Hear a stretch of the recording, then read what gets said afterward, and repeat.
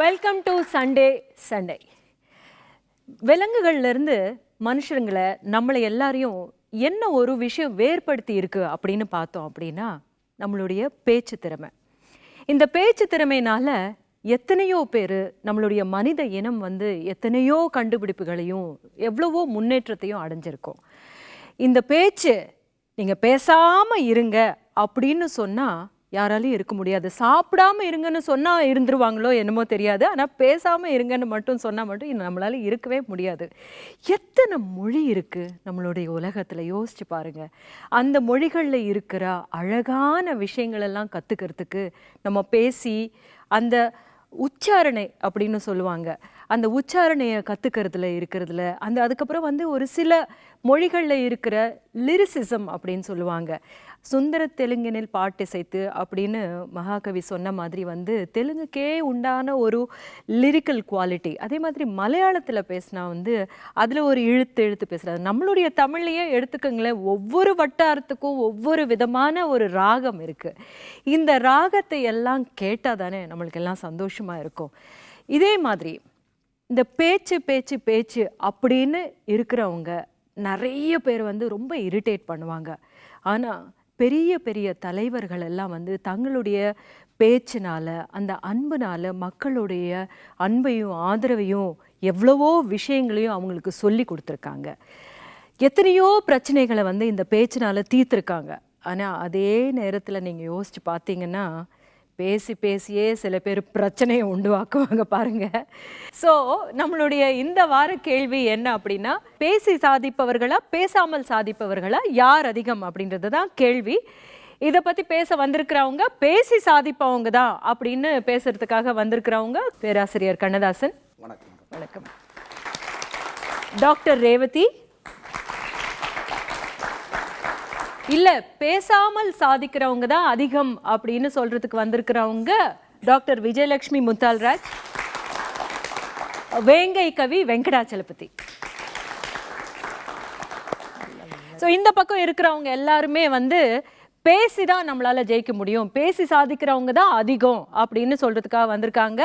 அந்த பக்கம் இருக்கிறவங்க எல்லாம் பேசாம சாதிக்கிறவங்க தான் அதிகமாக இருக்காங்க நம்மளுடைய நாட்டில் அப்படின்னு பேசுறதுக்காக வந்திருக்காங்க. ஸோ பேசி சாதிக்கிறவங்க எல்லாருமே ஏமாத்துறாங்க அப்படின்னு நீங்க நினைக்கிறீங்களா? ஒரு ஷூட்டிங் போயிருந்தேன், காடு பாடுறேன். இப்போ ரிலீஸ் ஆகி ஓடிட்டு இருக்குது. நான் அட்மாஸ்பியர் ரோல் தான் போயிருந்தேன். ஜெயில் சீனில் ரெண்டாவது ரோலை தான் என்னை உட்கார வச்சாங்க. நான் ரொம்ப அமைதியாக இருப்பேன். நான் எனக்குள்ள மனசில் ஒரு ஏக்கம் நம்ம ஸ்க்ரீனில் ஃபுல் ஸ்க்ரீனில் நம்ம பார்ப்போமா, அந்தமாரி எனக்கு ஒரு ஏக்கம். நம்ம சாதாரண ஒரு அட்மாஸ்பியர் ரோல் தான் போயிருந்தேன். ஆனால் எனக்கு முன்னாடி உட்காந்தவங்க பேசிக்கிட்டே இருப்பாங்க, அவங்க வீட்டு கதையெல்லாம் பேசிக்கிட்டே இருப்பாங்க. டைரக்டர், அசிஸ்டன்ட் டைரக்டர்லாம் இருந்தாங்க அந்த அந்த ஸ்டேஜில். ஆனால் என்ன ஒரு ஆச்சரியம்னா, அவங்க 2 பேரும் பின்னாடி உட்கார வச்சுட்டு என்னை முன்னாடி உட்கார வச்சாங்க. ஃபுல் ஸ்க்ரீன் நான் ஸ்க்ரீனில் பார்த்தது எனக்கு மனசு சந்தோஷமாகுது.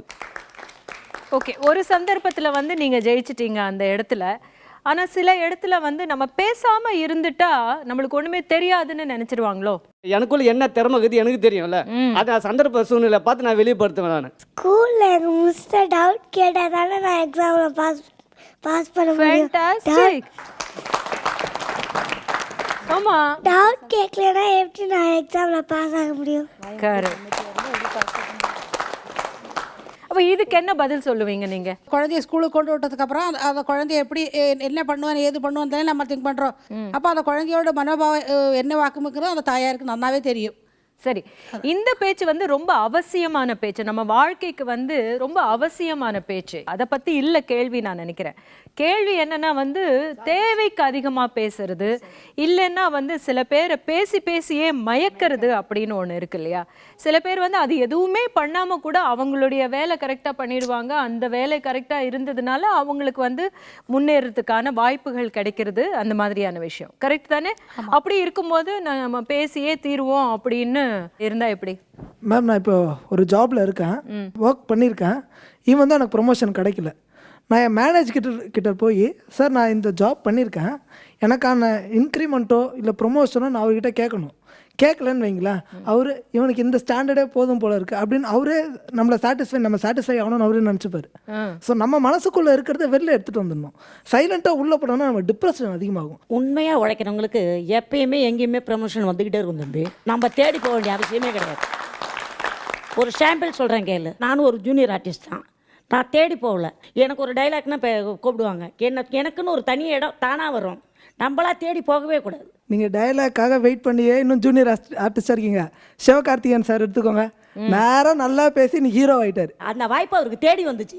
அவர்கிட்ட அந்த திறமை இருக்குது, அவருக்கு தேடி வந்ததுப்பா. அதை தான் நான் சொல்கிறேன். எல்கேஜிக்கு அட்மிஷன் போட போகிறோம். 2.5 வயசு குழந்தைய வந்து கேட்குறாங்க, நீ வந்து பேசி காமிச்சாதான் அட்மிஷன் அந்த குழந்தைக்குன்னு சொல்கிறாங்க. பேசாதே அந்த குழந்தைக்கு அட்மிஷன் இல்லைன்னு அனுப்பிச்சிடுறாங்க. இல்ல அவங்களுக்கு வந்து எழுத்து டெஸ்ட் கூட வைக்கிறாங்க இல்லையா, அதுல கூட கணிக்கிறவங்க நிறைய பேர் இருக்காங்க. இப்போ எனக்கு வந்து ஒரு 3 பிரதர்ஸ் இருக்காங்கம்மா. அவங்கள 3வது பிரதர் அதிகமா பேச மாட்டாரு, ஆனா அவர் தான் நல்லா சாதிச்சிருக்காரு அப்படின்னு சொன்னா, பேசாம இருக்கிறவங்க எல்லாம் சாதிக்கவே இல்லையா அப்படின்னு கேட்டோம்னா, இப்ப நான் இருக்கேன் இங்க எவ்வளவு அதிகமா பேசுறேன் பாருங்க. ஒரே குடும்பத்துல 2 விதமான ஒரு எக்ஸாம்பிள்ஸ் இருக்கு இல்லையா. ஸோ கண்ணதாசன் என்ன சொல்ல வரீங்க, நீங்கள் பேசி ஜெயிச்சிருக்கிறவங்கள நிறைய பேரை பார்த்துருக்கோம், ஆனால் ஏடா கூடமா பேசுறது அப்படின்ற ஒரு விஷயம் இருக்குது பார்த்தீங்களா, பேசிக்கிட்டே இருக்கிறது. இதை பற்றி என்ன சொல்கிறீங்க? நல்ல கிளிப்பிங்ஸு போட்டு காட்டினீங்க. அதில் வந்து சூர்யா சொல்லும்போது வந்து ஒன்றுக்கும் ஒவ்வொருத்தரையும் அடையாளம் காட்டிட்டு, சிரிப்புனா சார்லி சாப்ளின் அப்படின்னாரு. இப்போ சார்லி சாப்ளினே ஒரு தடவை வந்து பேசாமல் ஒரு இடத்துல மாட்டிக்கிட்டு அவருக்குரிய அங்கீகாரத்தை இழந்தார். ஒரு முறை ஒரு ரோட்டில் போய்கிட்டு இருக்கிறாரு. சார்லி சாப்ளின் மாதிரி மாறுவேட போட்டி நடத்திக்கிட்டு இருந்திருக்கிறாங்க. அதில் சார்லி சாப்ளினே போய் கலந்துக்கிட்டு இருந்திருக்கிறாரு. அவருக்கு 3வது பரிசு தான் கிடைச்சிச்சு. தான் சார்லி சாப்ளின் என்று சொல்லாத காரணத்தினாலேயே உண்மையான சார்லி சாப்ளின் 3வது இடத்தை பெறுகிறார் என்று சொன்னால், பேச வேண்டிய இடத்தில் பேசித்தான் ஆக வேண்டும். அதுல எந்த மாற்று கருத்தும் கிடையாது.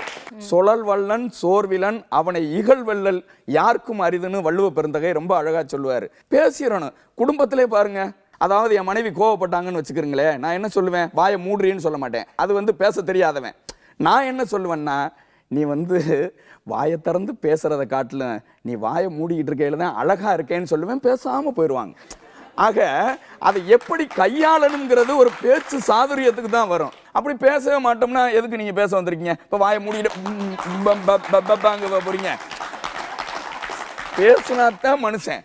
இல்லற ஜோதியில பேசுவாரே நடிகர் திலகம் சிவாஜி கணேசன். பிரம்மாண்டமான மாளிகை, எடுபடி, ஆள், அம்பு, யானை, சேனை ஏராளம் ஏராளம், பணிபுரிய பலர் வருவர், மந்தம் மாறுதம் வேண்டுமோ அதற்கோர் பூஞ்சோலை, நீந்தி விளையாட அதற்கோர் நீரோடை, பட்டு விரித்த தரையிலே பாதம் பட்டால் நோகுமோ என்று எண்ணியோர் கணக்கற்றோர், முட்டு விரித்த மல்லிகை நல்லதா முல்லை நல்லதா என்று மஞ்சத்தில் எண்ணியோர் 1000 பேர். இத்தனை சுகம் இருந்தும் இத்தனை நலன் இருந்தும் அனார் மறைந்து விட்டாயே மாசற்ற ஜோதிமணியே, பெண்ணின் பெரும்பொருளே, பேரழகின் பிறப்பிடமேன்னு சொல்லி அவர் பேசினது மட்டுமல்ல, எத்தனையோ பேரை பேச வைத்து அழகு பார்த்தாரே.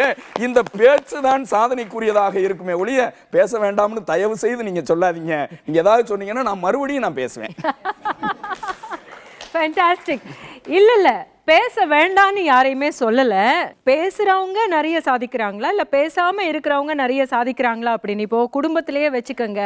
பேசாம சாதிக்கிறவங்க கணவனா மனைவியா? கணவர் தான் அமைதியாக இருந்து சாதிப்பாங்க. நாங்கள் அதிகமாக பேசி சண்டை தான் வீட்டில் பெருசாகுமே தவிர எதையும் சாதிச்சது கிடையாது. அப்போ அதுக்கு காரணமே பொண்ணுங்க தான் அப்படி சொல்றீங்க நீங்க? நிறைய பேசுவோம். இல்ல மேடம், நிறைய பேசுவோம். உண்மை சொல்லிட்டாங்க பாருங்க. உண்மையை தான் சொல்லுவோம். நிறைய பேசுவோம் மேடம், நிறைய பேசியும் எங்களால் ஒண்ணுமே சாதிக்க முடியாது. அந்த ஹஸ்பண்ட் என்ன சொல்றாங்க அதுதான் நடக்கும் வீட்டில்.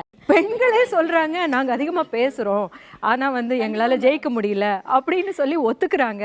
பெண்கள் எல்லாம் ரொம்ப நல்லவங்க, உண்மையை பேசுவாங்க, நிறைய பேசுவாங்க, ஆனா உண்மையை பேசுவாங்க. ஆனா சாதிக்கிறவங்க அதிகமா பேசுறவங்களா இல்ல கம்மியா பேசுறவங்களா அப்படின்றத பத்தி தொடர்ந்து பேசலாம் சிறிய இடைவேளைக்கு பிறகு.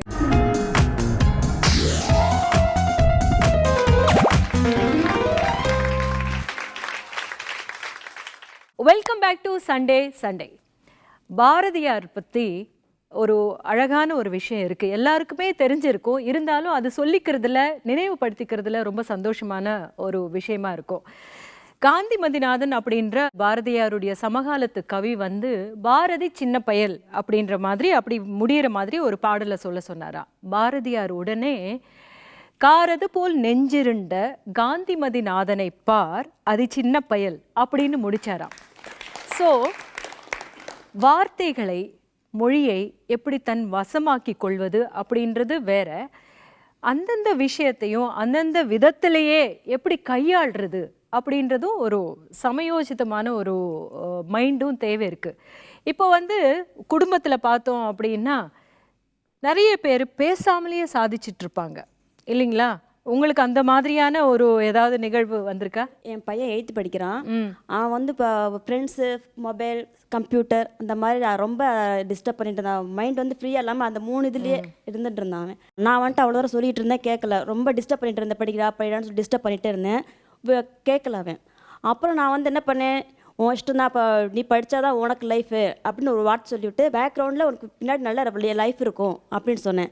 அவன் உடனே சரின்னு சொல்லிட்டு அவன் ஃபீல் பண்ண ஆரம்பித்தான். சரி அம்மா நமக்காக ஃபீல் பண்ணுற, நம்ம பின்னாடி பேக்ரவுண்ட் நல்லா இருக்கணும் அப்படின்னு சொன்னால் இப்போ உட்காந்து புக்ஸ் உட்காந்து படிக்கிறான். இதே மாதிரி நிறைய பேர் பேசாமல் இருக்கிறது சாதிச்சிடுறாங்க அப்படின்னு சொல்கிறோம். ஒரு குடும்பத்தில் வந்து அந்த பேசாமல் இருந்து சாதிக்கிறவங்கள பற்றி நீங்கள் கொஞ்சம் சொல்லுங்களேன். ஒரு வீட்டில் ஒரு ஹஸ்பண்ட் வந்து எப்பயுமே சண்டை போட்டுகிட்டே இருக்காரு, அல்லது ஒரு ஒய்ஃப் வந்து சண்டை போட்டுகிட்டே இருக்கிறாங்க. 2 பேருமே பேசிக்கிட்டே இருந்தால் தான் சண்டை வரும். ஒருத்தர் ரொம்ப அமைதியாக என்னடா என்ன பேசினாலுமே காதில் வங்காத மாதிரியே போயிடுறாங்க, இவங்கள்ட்ட என்னடா பேசுறது, எதை பேசினாலும் நம்ம மதிக்க மாட்டாங்க, செவனி நம்ம போயிடுவோம், எதுக்கு எதை பேசி சண்டை போட்டுட்டுன்னு போயிடுவாங்க அமைதியாக. இப்போ பேசாமல் சாதிக்கிறான்னுங்க வீட்டில் இருக்க பொம்பளை பிள்ளைங்க தான் அதெல்லாம். எதுவுமே பேச மாட்டாங்க. அந்த கண்ணீர் விடுவாங்க தெரியுமா, அதுலேயே முடிஞ்சிடும். நாங்கள் ரொம்ப நாள் கேட்டுக்கிட்டு இருப்போம், அந்த கண்ணீர்லேயே அவங்க முடிச்சிருவாங்க. எங்கள் அப்பா நான் பைக் வாங்கி தப்பான்னு கேட்டுனே இருந்தேன். என் தங்கச்சி வந்து அழுதுச்சு.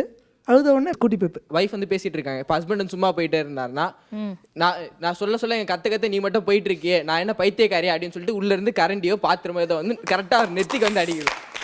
இந்த மாதிரி சமயத்துல பேசாம எப்படி போறது? அப்போ பேசாம வேற விதமா பேசுறாங்க இல்ல? கண்டிப்பா கை பேசும். கண்டிப்பா கண்டிப்பா. கணவன் மனைவி 2 பேர் சண்டை போட்டுகிட்டே இருப்பாங்க.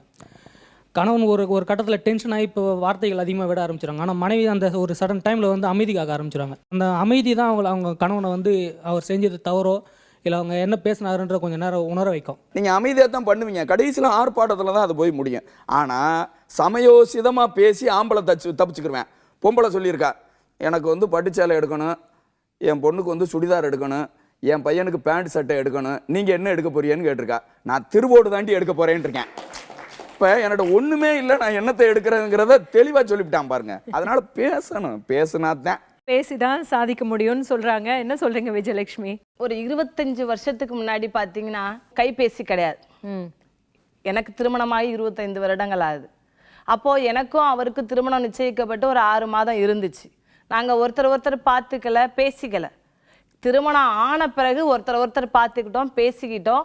அப்போ அவர் சொல்றத நான் கேட்டேன், நான் சொல்றத அவர் கேட்டார். விட்டு கொடுக்குற அந்த மனப்பக்குவம் வந்து அந்த திருமண பந்தத்துல ஏற்பட்டுச்சு.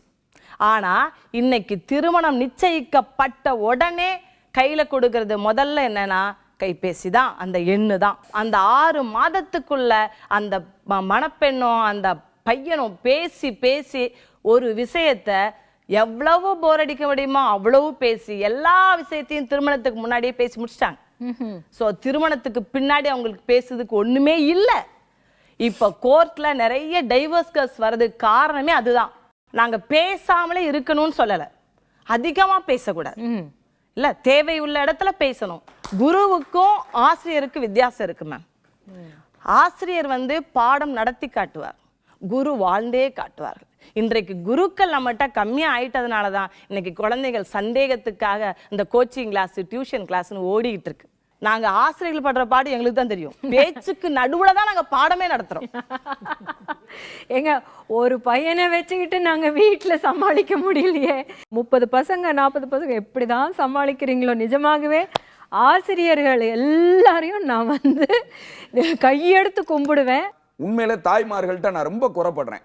எந்த பிள்ளைகிட்டையாவது உட்காந்து சாயந்தரம் அந்த ஸ்கூல் பிள்ளை வந்தோன்னே உட்காந்து பேசுறீங்களா, பேச மாட்டேங்கிறீங்க, எல்லாம் சீரியல் பாக்குறீங்க. அதனால அது என்ன பண்ணுதுங்க, எது அம்மானே தெரியல, ஆயாமாவா அம்மான்னு கூப்பிட்டுக்கிட்டு இருக்கு. ஆமா. ஸோ நம்ம சின்ன வயசுல இருந்தே வந்து நீங்க சொன்ன மாதிரி குழந்தைங்க கிட்ட நிறைய பேச வேண்டிய அவசியம் இருக்கு. ஆனா என்ன பேச வேண்டி இருக்கு அப்படின்றத பத்தி நம்ம ரொம்ப கவனத்தில் கொள்ள வேண்டி இருக்கு. அது என்ன அப்படின்றது தொடர்ந்து பேசுவோம் சிறிய இடைவேளைக்கு பிறகு.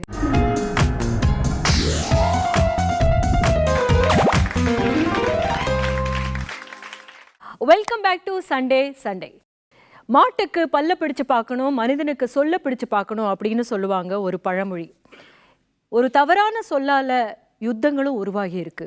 ஆனால் ஒரு அமைதியான பேச்சால அமைதியும் நிலவி இருக்கு. அப்படின்ற போது நம்ம பேசுகிற வார்த்தைகள் எவ்வளோ இம்பார்ட்டன்ஸ் நம்மளுடைய வாழ்க்கைக்கு இருக்குது அப்படின்றது ரொம்ப உணர வேண்டிய ஒரு கட்டம் இது. ஏன்னா இங்கே சொன்ன மாதிரி வந்து குழந்தைங்க கிட்ட நம்ம நிறைய பேசணும். பேசினாதான் அவங்களுக்கு என்ன பிரச்சனைகள் இருக்குது அப்படின்னு தெரிஞ்சுக்க முடியும். ஆனால் அவங்கக்கிட்ட நாம் என்ன வார்த்தைகள் சொல்கிறோம் அப்படின்றதுல ரொம்ப ஜாக்கிரதையாக இருக்கணும். ஏன்னா அவங்களுக்கு ஒரு பியர் ப்ரெஷர் இருக்குது. இப்போ எக்ஸாம்ஸ் முடிஞ்சிருச்சு இல்லையா? எக்ஸாம்ஸ் முடிஞ்சதுக்கப்புறம் அந்த நம்ம நல்லா எழுதியிருக்கோமா இல்லையா, நம்மளுடைய ரிசல்ட்ஸ் எப்படி இருக்கும் அப்படின்ற போது அவங்க எவ்வளவோ கஷ்டப்பட்டு அவங்களால முடிஞ்ச அளவுக்கு கஷ்டப்பட்டு படிச்சிருப்பாங்க.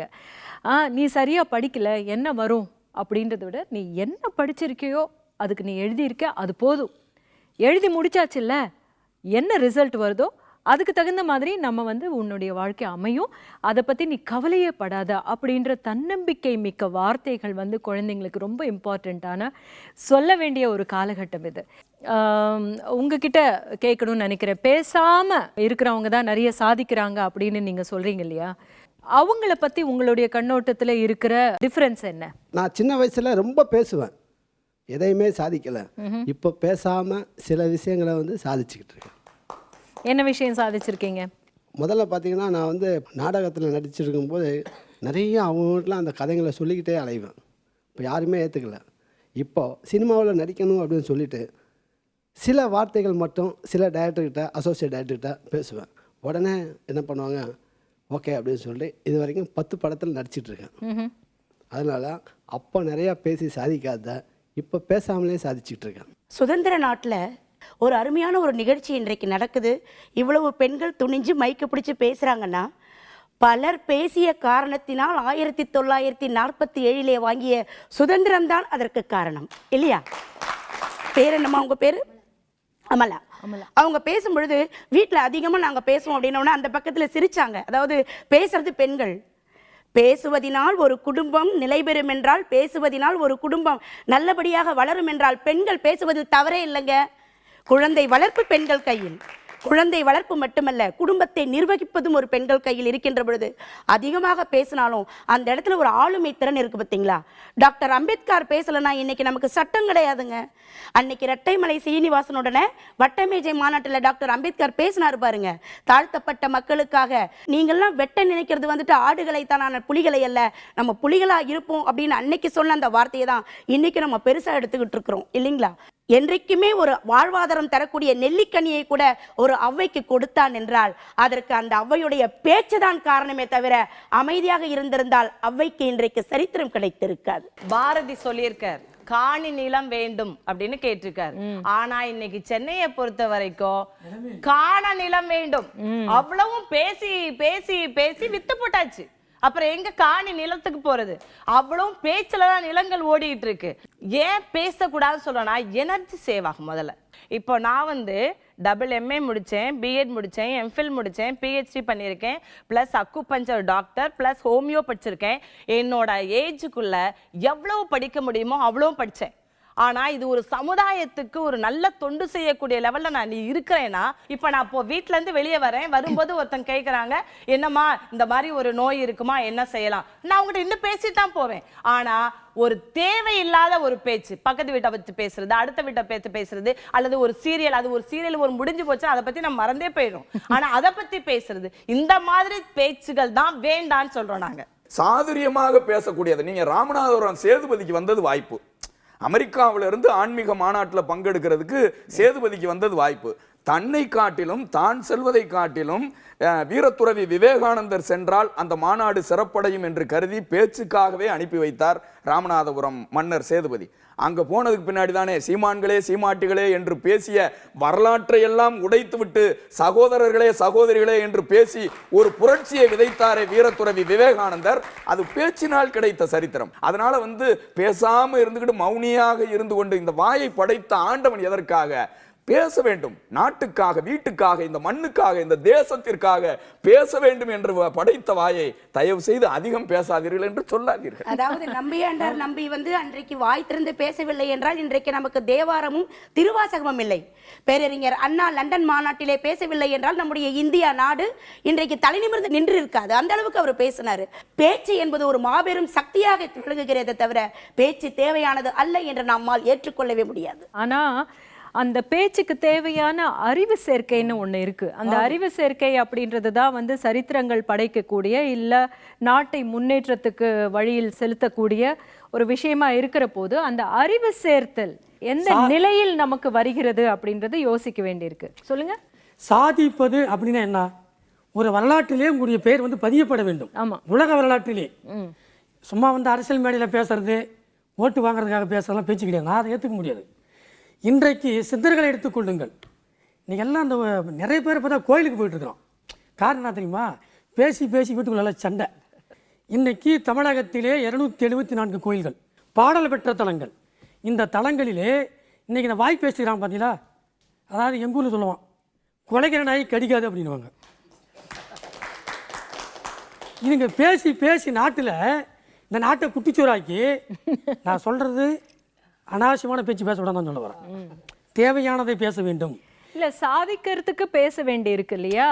பேசாம கூட சாதிச்சிடலாம் பேச சொல்ல வரல, சரியானதை பேசுங்கள் தான் சொல்றோம். பேச்சு ரொம்ப இம்பார்ட்டன்ட் நம்மளுடைய வாழ்க்கைக்கு அப்படின்னு சொன்னாலும் கூட வண்ண நிலவன் அப்படின்ற ஒரு எழுத்தாளர் இருக்கார் இல்லையா? அவர் வந்து எவ்வளவோ அருமையான கதைகளும் எழுதியிருக்காரு. அவருடைய வாழ்க்கை, தாமிரபரணி வாழ்க்கையை வந்து அப்படியே பிரதிபலிச்சிருக்காரு அவருடைய கதைகளில். ஆனால் அவர் அதிகமாக பேசவே மாட்டார். எந்த பொது நிகழ்ச்சியிலாவது அவர் பேசுவாரா, அதை கேட்கலாமா அப்படின்னு எனக்கு ஆசையாக இருக்கும். ஆனால் அவர் பேசவே மாட்டார். அவ்வளோ சாதிச்சிருக்காரு. ஆனால் பேச வேண்டிய இடத்துல பேசலை அப்படின்ற ஒரு குற்றச்சாட்டு காந்தி மேலே இருக்கு. அவர் வந்து மௌன விரதம் இருப்பார் ஒரு நாளில். அந்த மௌன விரதம் இருந்த நாளில் பாகப்பிரிவினை பற்றி, நம்மளுடைய பாகிஸ்தான் இந்தியாவினுடைய அந்த பாகப்பிரிவினை பற்றி பேச வேண்டி இருந்தது. ஆனால் அவர் பேசாமல் போனதுனால தான் இந்த மாதிரியான ஒரு சிக்கலான முடிவுக்கு நாம் வர வேண்டி இருந்தது அப்படின்ற குற்றச்சாட்டும் வந்து காந்தி மேலே இருக்குது. ஸோ பேச்சு எவ்வளோ இம்பார்ட்டண்ட் அப்படின்னு ஒரு பக்கத்தில் இருந்தாலும் அதே அளவுக்கு வந்து பேச்சு இம்பார்ட்டண்ட் இல்லை, நம்மளுடைய செயல் மட்டும்தான் இம்பார்ட்டண்ட் அப்படின்னு சொல்கிற நிறைய உதாரணங்களும் இருக்குது. தொடர்ந்து பேசுவோம் சிறிய இடைவெளிக்கு பிறகு.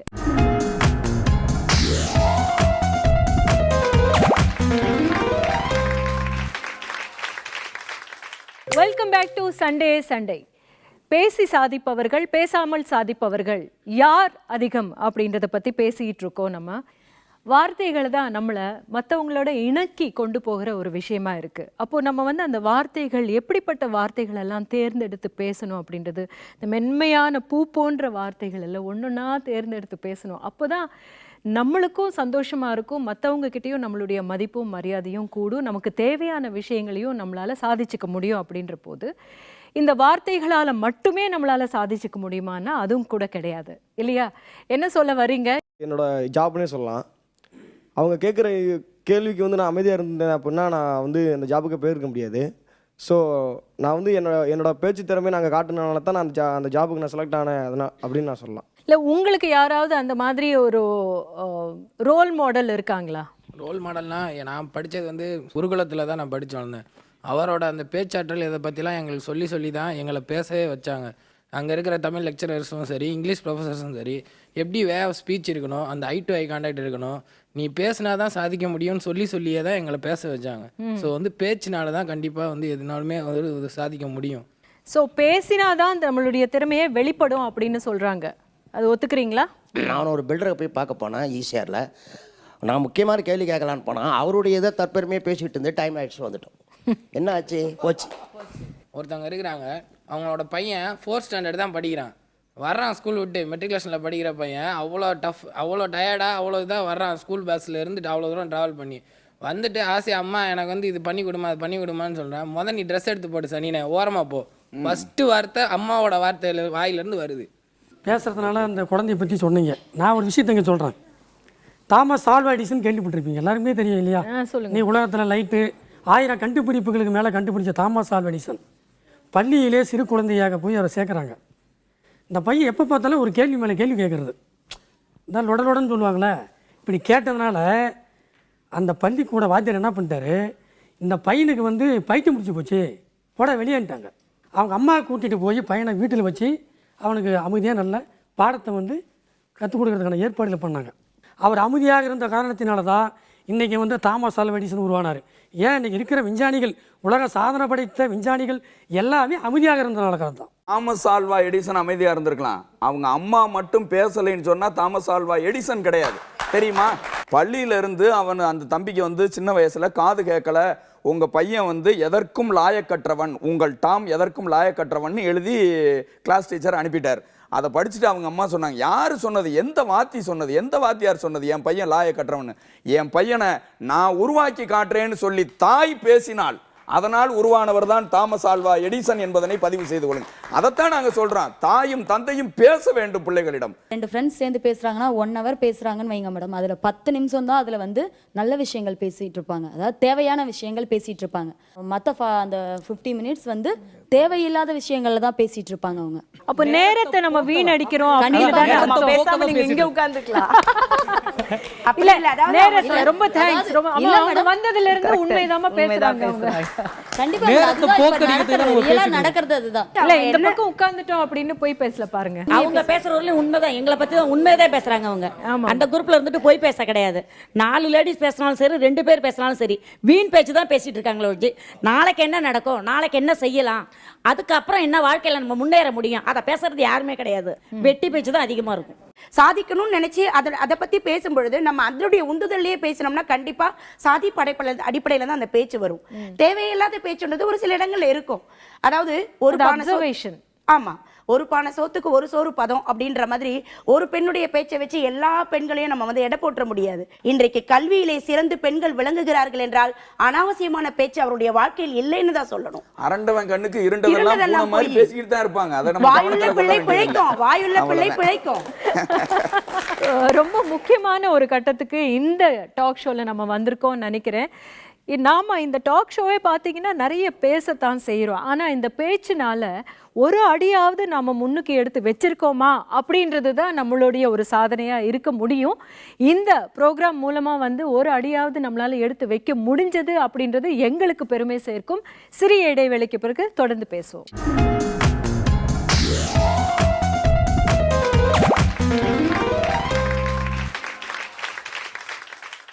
Welcome back to Sunday Sunday.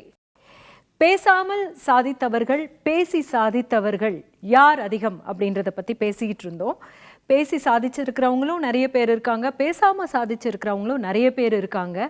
எது நல்வழி எது கெட்ட வழி அப்படின்னு கேட்க வரல, சொல்ல வரல, இல்லை அலசி பார்க்க வரல. யார் அதிகமாக சாதிச்சிருக்காங்க, எது நமக்கு பயன்படக்கூடிய ஒரு வழி ஒவ்வொருத்தருக்கும் அப்படின்றத பற்றி பேசுறதுக்காக தான் இந்த ஒரு டாபிக் எடுத்திருக்கோம்.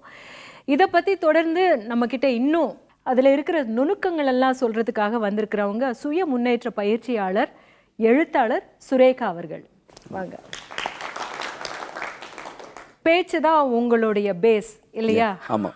அப்படின்னு வரும்போது பேசாமல் சாதிக்கிறது, பேசி சாதிக்கிறது அப்படின்ற விஷயத்தை பற்றி உங்களுடைய கருத்து என்ன? இந்த சாதிக்கிறது அப்படிங்கிற விஷயத்தை பற்றி ஃபஸ்ட்டு யோசிக்கணும். சாதிக்கிறது அப்படின்னா நம்ம லைஃப் எல்லாருமே தெரிஞ்சோ தெரியாமலோ ஒரு 3 ஸ்பேனில் இருக்குது. ஒன்று வந்து குடும்பம், இன்னொன்று வந்து சமூகம், இன்னொன்று வந்து வேலை.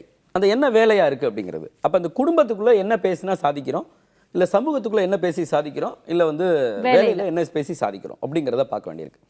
பொதுவாக பேசி சாதிக்கிறது அப்படிங்கிற விஷயத்தில் நான் இன்னும் கொஞ்சம் ஒரு அனலிட்டிக்கலாக போனோம் அப்படின்னா, ஒரு குறிப்பிட்ட காலத்துக்கு முன்னாடியெல்லாம் பேசாமல் சாதித்தது அதிகமாகவும் பேசி சாதித்தது குறைவாகவும் இருந்தது.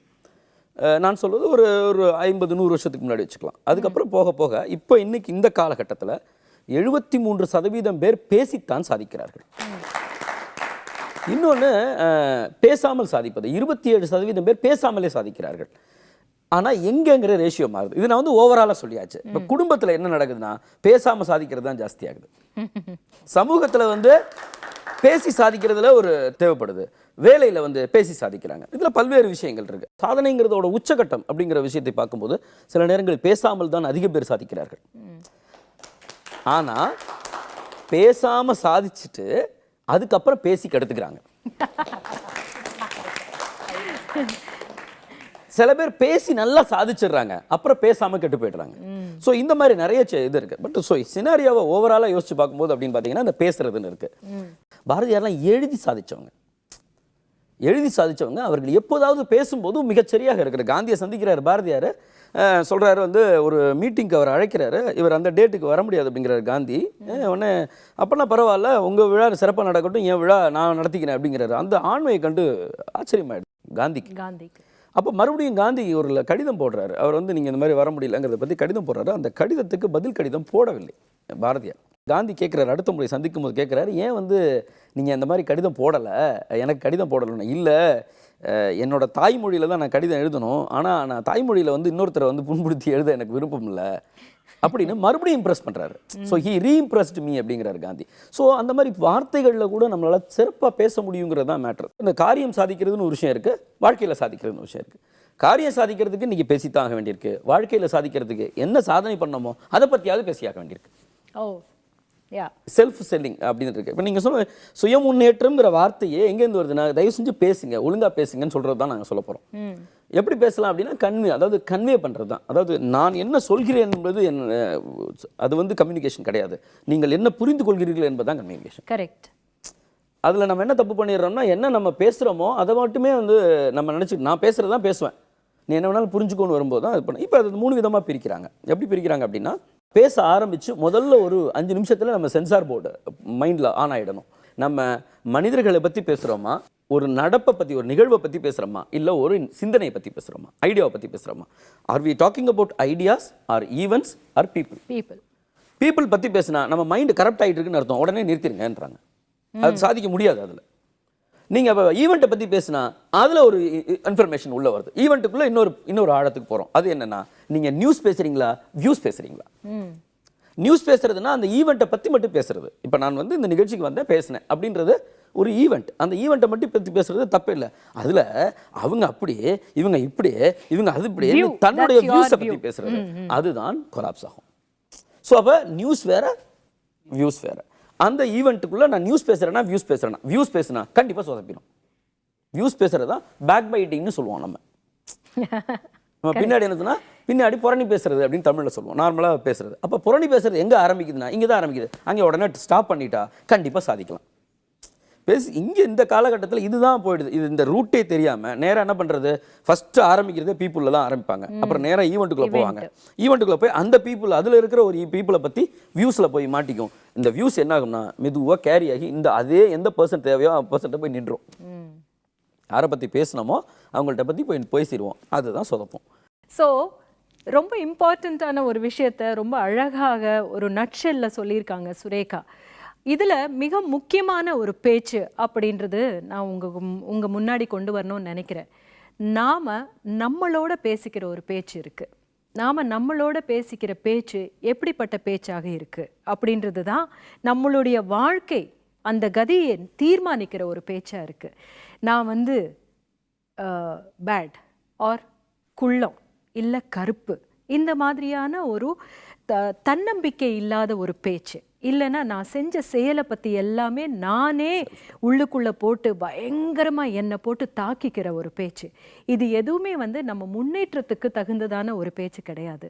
நாம் we are happy, we are the best, நம்ம இருக்கிற இடத்துல ஆல் இஸ் வெல் அப்படின்னு சொல்லிக்கிட்டு இருக்கிற மாதிரியே நாம் சாதிக்கிறதுக்கு தகுதியானவங்க அப்படின்ற ஒரு செல்ஃப் டாக் ரொம்ப இம்பார்ட்டண்ட்டான ஒரு விஷயம். அந்த செல்ஃப் டாக் நமக்கு நாம் சொல்லிக்கிறதுக்கு ரொம்ப இம்பார்ட்டண்ட்டான இன்னொரு வாழ்க்கை முறையை நாம் வந்து தயார்படுத்துவோம் அப்படின்றது தான். நான் நல்லா இருக்கேன் அப்படின்னு சொல்லும்போது நல்லா தான் இருப்போம், நல்லா தான் பேசுவோம், நல்லா தான் நடந்துக்குவோம். அப்படி நமக்கு நாம் பேசிக்கிற ஒரு பேச்சு நம்மளுடைய ஒவ்வொரு செயல்லையும், ஒவ்வொரு வார்த்தையிலையும், ஒவ்வொரு விஷயத்துலையும், ஒவ்வொரு சிந்தனையிலையுமே வந்து வெளிப்படும். அப்படி வெளிப்படும் போது தான் அசர்ட்டிவ்னஸ் அப்படின்ற ஒரு இடத்துக்கு நம்ம போவோம் அப்படின்றது இதனுடைய எல்லாத்தினுடைய ஒரு உள்கருத்துன்னு சொல்ல விரும்பிக்கிறேன். இது ரொம்ப ஆக்சுவலாக வந்து ஒரு கான்வர்சேஷன் நடக்கும்போது வந்து ரொம்ப இம்பார்ட்டண்ட்டாக இருக்க வேண்டிய ஒரு விஷயம் என்ன அப்படின்னு பார்த்தோம்னா, இந்த கான்வர்சேஷன் நம்மளை ஒரு ஸ்டெப்பாவது முன்னுக்கு கொண்டு போகுதா அப்படின்றது தான். அந்த விதத்தில் பார்த்தோம்னா இந்த ப்ரோக்ராம் நம்மளை ஒரு ஸ்டெப்பாவது முன்னுக்கு கொண்டு போய் இருக்கும் அப்படின்ற ஒரு நம்பிக்கையில் அடுத்த முறை பேசுகிற வரைக்கும் அன்புடன் உங்களுடைய ரோஹிணி.